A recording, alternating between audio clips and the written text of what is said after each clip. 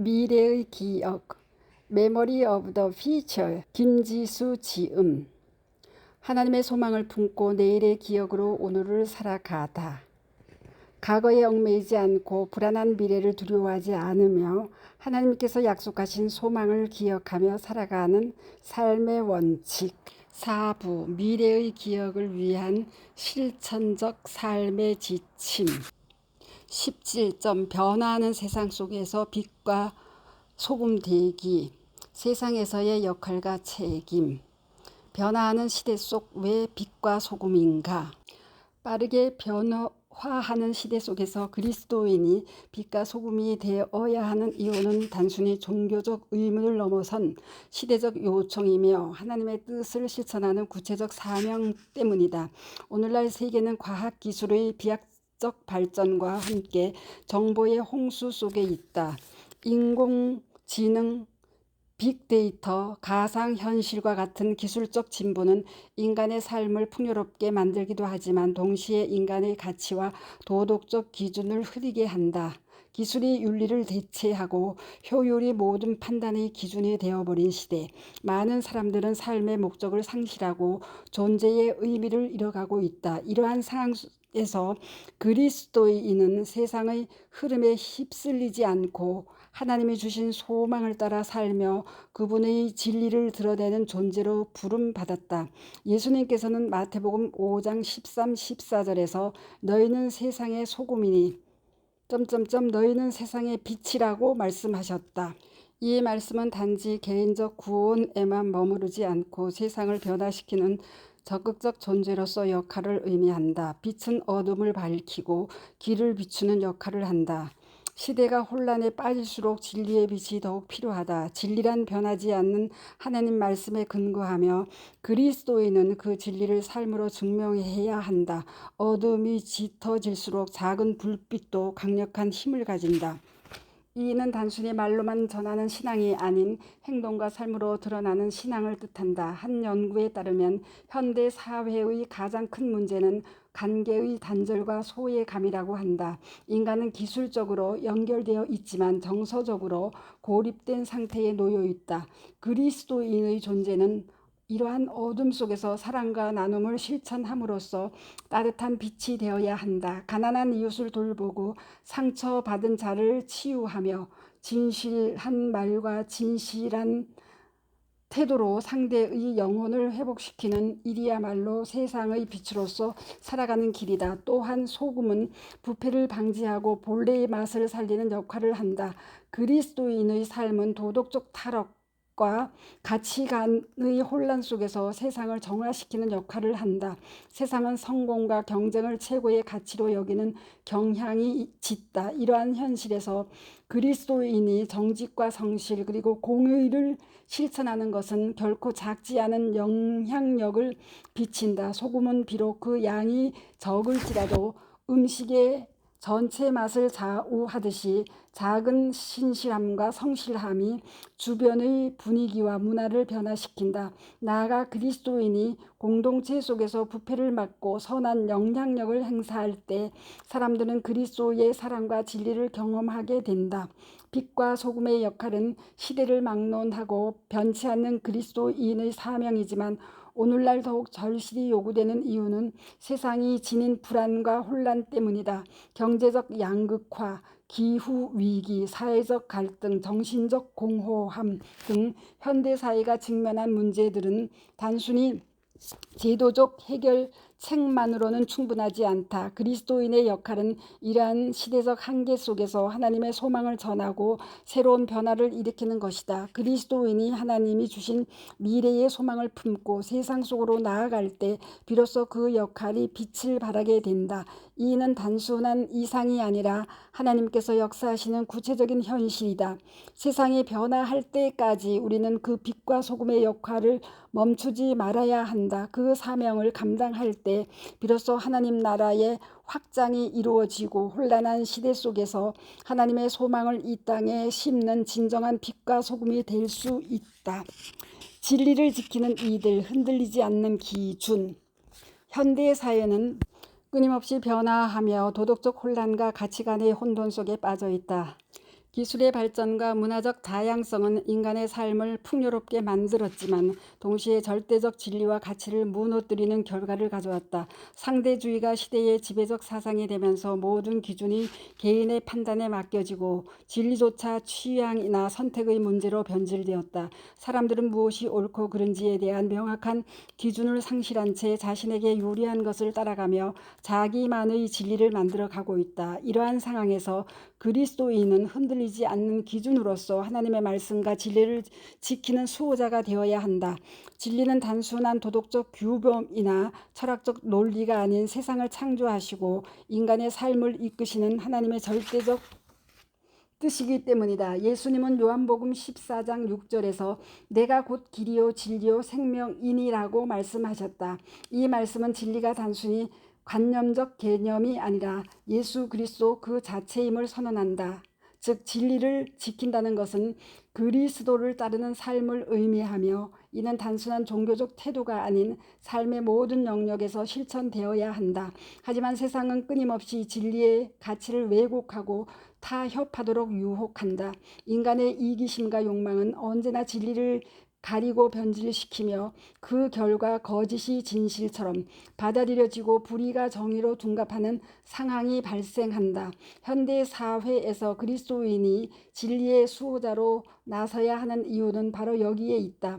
그리스도인의 존재는 이러한 혼란 속에서 하나님의 말씀을 중심으로 삶을 증명하는 역할을 감당해야 하기 때문이다.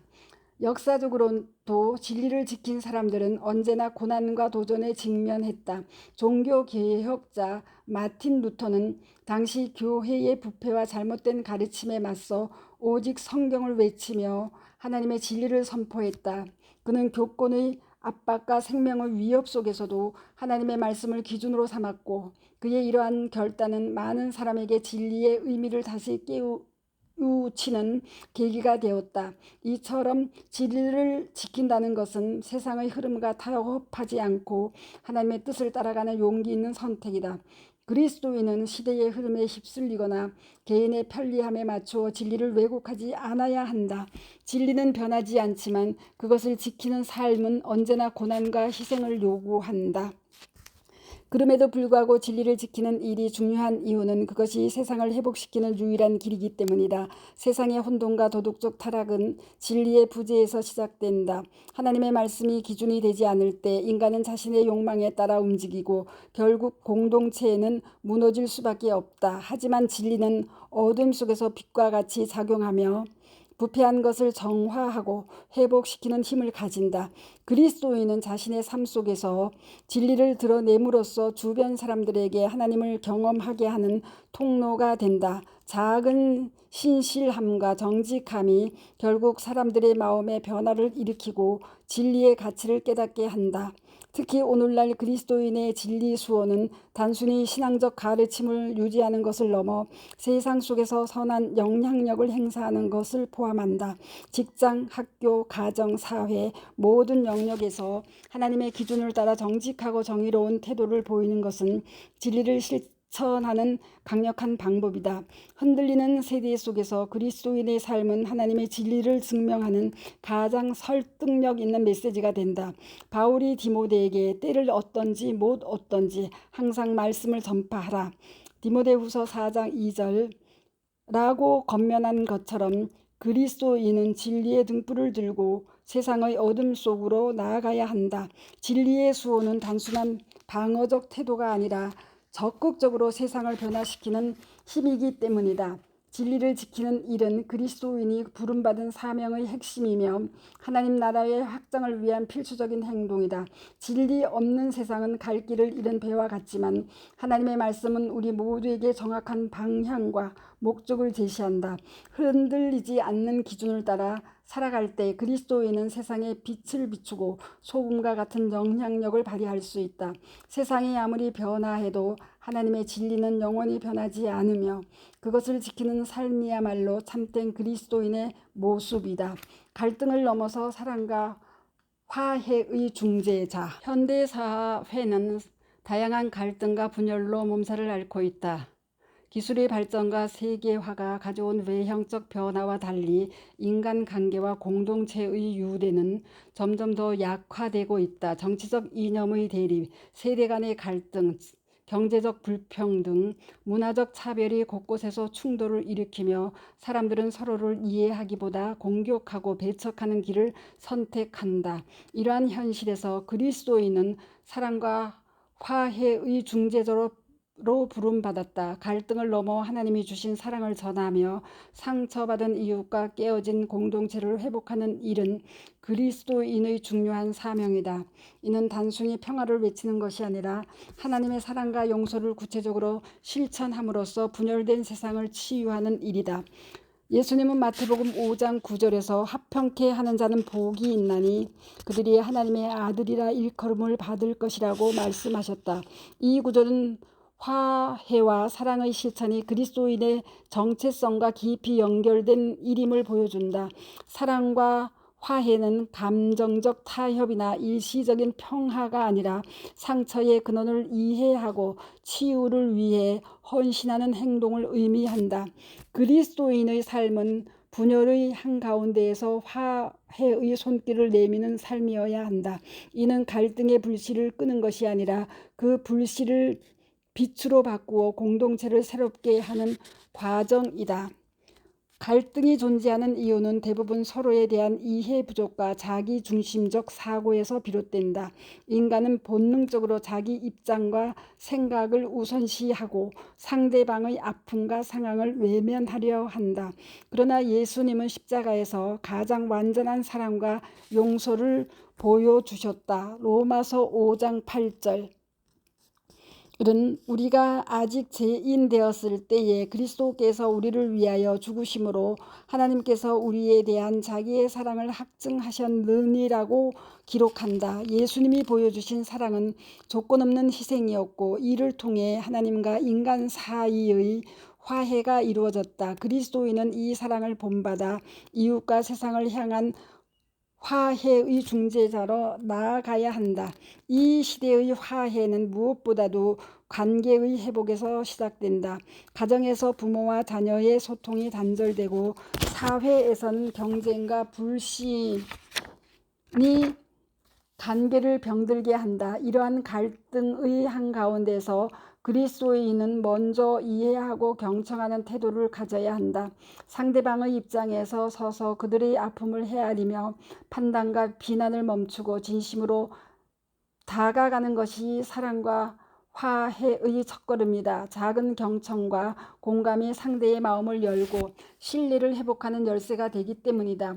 특히 그리스도인의 말과 행동은 화해를 이루는 강력한 도구가 된다. 사도 바울이 에베소서 4장 29절에서 더러운 말은 너희 입 밖에도 내지 말고 오직 덕을 세우는 데 소용되는 대로 선한 말을 하여 듣는 자에게 은혜를 끼치게 하라고 한 것처럼 그리스도인은 자신의 언어를 통해 사랑을 전하고 공동체의 덕을 세워야 한다. 또한 사랑과 화해의 중재자는 불의를 외면하지 않으면서도 평화를 이루는 지혜를 가져야 한다. 진정한 화해는 문제를 덮는 것이 아니라 갈등의 원인을 직시하고 해결책을 찾기 위해 함께 노력하는 것이다. 이를 위해서는 용기와 희생이 필요하다. 예수님께서 성전을 정화하실 때 보여주신 거룩한 분노는 불의에 맞서 진리를 드러내려는 행동이었으며 그 결과 사람들의 영적 회복을 이끄셨다. 그리스도인 또한 공동체의 분열과 상처를 외면하지 않고 하나님의 정의를 바탕으로 화해를 이루기 위한 실천적 사랑을 보여야 한다.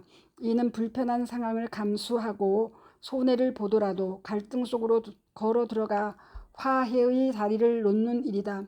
사랑과 화해의 중재자로 살아간다는 것은 하나님께서 먼저 우리를 사랑하시고 화해를 이루셨듯이 우리가 세상을 향해 그 사랑을 나누는 것이다.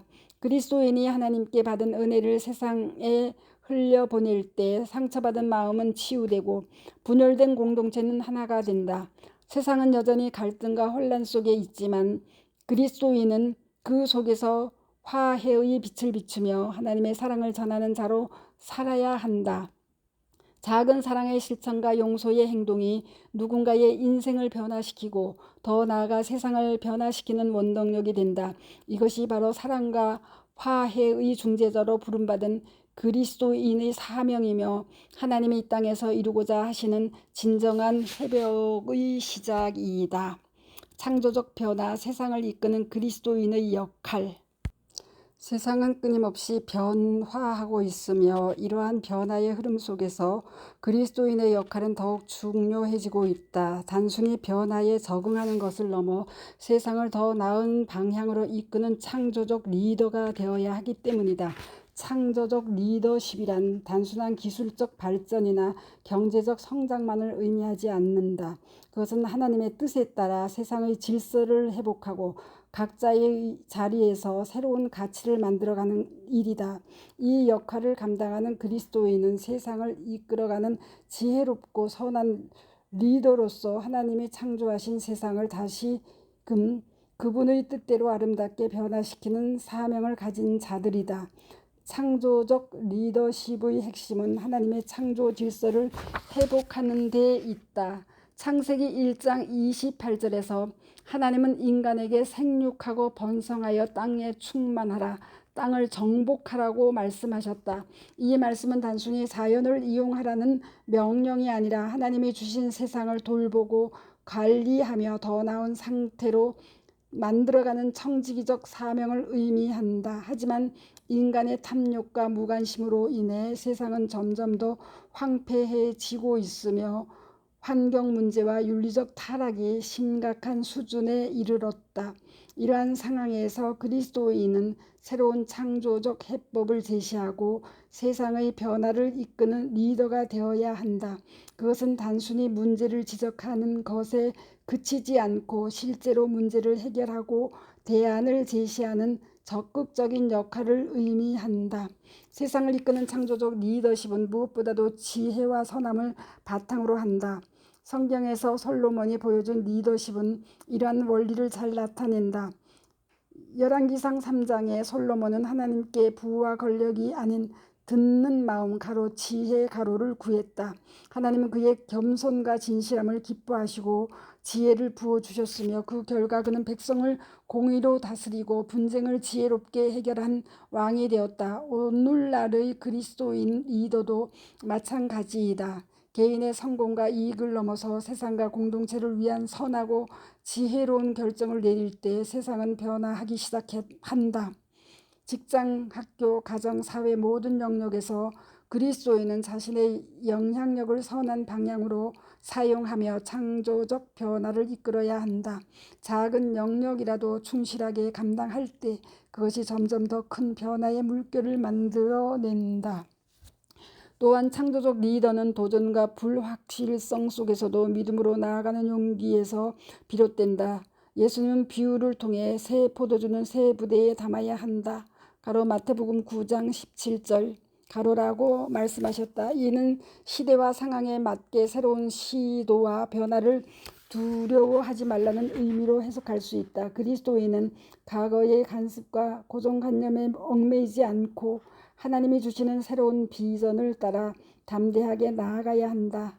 오늘날과 같은 변화의 시대에는 창조적 사고와 도전 정신이 필요하고 이를 통해 세상에 긍정적이고 지속 가능한 변화를 일으킬 수 있다. 이 과정에서 중요한 것은 그 변화가 하나님의 뜻에 부합하고 공동체를 유익하게 하는 방향으로 이루어져야 한다는 점이다. 세상을 변화시키는 창조적 리더는 자신의 능력과 욕심이 아닌 하나님의 뜻에 근거하여 나아가는 자이다. 그들은 단순한 혁신가가 아니라 하나님 나라의 청지기로서 사랑과 정의 그리고 책임감을 가지고 세상을 섬긴다. 작은 시작이라도 하나님께서 함께 하시면 그것은 세상을 바꾸는 위대한 변화의 씨앗이 된다. 그리스도인은 각자의 자리에서 창의적이고 지혜로운 방법으로 세상을 섬기며 하나님의 뜻을 실현하는 리더십을 발휘해야 한다. 이를 통해 혼란과 무질서 속에서도 세상은 회복되고 더 나은 미래를 향해 나아가게 된다. 하나님은 오늘도 창조적 리더가 되어 세상을 변화시킬 사람들을 찾고 계시며 그 부르심에 응답하는 것이 바로 그리스도인의 사명이다. 예수님의 삶에서 배우는 세상 속의 책임. 예수님의 삶은 그리스도인이 세상 속에서 감당해야 할 책임과 사명을 가장 구체적으로 보여주는 본보기이다. 예수님은 이 땅에 오셔서 단순히 말씀만 전하신 것이 아니라 사랑과 섬김 그리고 헌신을 통해 하나님의 뜻을 몸소 실천하셨다. 그분의 삶은 가난하고 소외된 자를 돌보고 억눌린 자를 자유케 하며 모든 이에게 하나님의 사랑을 전하는 봉사의 여정이었다. 이를 통해 예수님은 우리에게 세상 속에서 어떻게 살아야 하는지를 가르쳐 주셨다.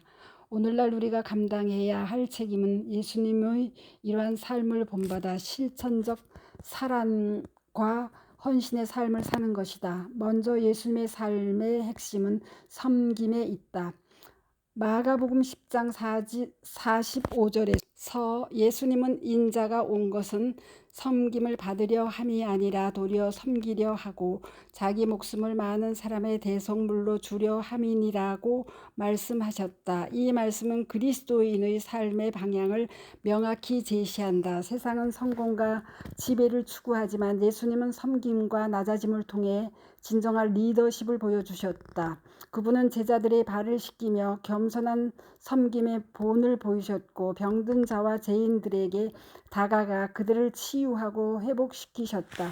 그리스도인 또한 이러한 섬김의 정신을 따라야 한다. 직장과 가정, 공동체 속에서 자신의 권리나 지위를 내세우기보다 상대방을 섬기고 그들의 필요를 채우기 위해 헌신하는 것이 진정한 그리스도인의 책임이다. 작은 행동 하나라도 진심 어린 섬김은 다른 이의 삶을 변화시키고 세상에 하나님의 사랑을 드러내게 한다. 둘째, 예수님의 삶은 가장 낮은 자들을 향한 사랑과 관심으로 가득했다. 누가복음 4장 18절에서 예수님은 주의 성령이 내게 임하셨으니 이는 가난한 자에게 복음을 전하게 하시려고 내게 기름을 부으시고 나를 보내사 포로된 자에게 자유를 눈먼 자에게 다시 보게 함을 전파하며 눌린 자를 자유롭게 하고 라고 선언하셨다. 예수님은 늘 소외되고 멸시받는 자들의 곁에 계셨다. 세리와 창기, 문둥병자와 같은 사회적 약자들에게 다가가 그들의 상처를 어루만지셨다. 그리스도인은 이러한 예수님의 삶을 본받아 상처받은 이웃과 소외된 사람들에게 관심을 기울여야 한다. 현대사회는 물질적 풍요 속에서도 정신적 관계적 고립을 겪는 사람들이 많다. 그들에게 다가가 경청하고 위로하며 실질적인 도움을 제공하는 것이 우리가 감당해야 할 책임이다. 작은 나눔과 관심 그리고 함께하는 시간을 통해 그들의 삶에 희망과 사랑을 전할 수 있다. 셋째, 예수님은 순종과 희생을 통해 하나님의 뜻을 이루셨다. 겟세마네 동산에서 예수님은 십자가의 고난을 앞두고 아버지여 만일 할만하시거든 이 잔을 내게서 지나가게 하옵소서. 그러나 나의 원대로 마옵시고 아버지의 원대로 하옵소서. 마태복음 26장 39절 가로라고 기도하셨다. 예수님은 자신의 고난과 희생을 두려워하지 않고 하나님의 뜻에 온전히 순종하셨다. 그분의 희생은 인류의 구원을 이루는 놀라운 열매를 맺었다. 그리스도인은 예수님의 이러한 순종과 희생의 정신을 본받아 자신의 삶을 하나님께 드리는 헌신의 태도를 가져야 한다. 개인의 편안함이나 이익을 넘어 하나님의 뜻을 따라 살아갈 때 우리는 세상 속에서 진정한 변화를 일으킬 수 있다. 특히 오늘날과 같이 이기주의와 자기중심적 가치관이 팽배한 세대에는 이러한 희생의 삶이 더욱 큰 울림을 주게 된다. 결국 예수님의 삶에서 배울 수 있는 책임의 본질은 하나님의 사랑을 구체적으로 실천하는 삶이다. 섬김과 나눔, 순종과 희생을 통해 예수님은 세상을 변화시키셨으며 우리도 그분의 뒤를 따라야 한다. 이 책임은 거창하거나 특별한 일이 아니다. 일상 속에서 내가 있는 자리에서 작은 사랑을 실천하는 것이다.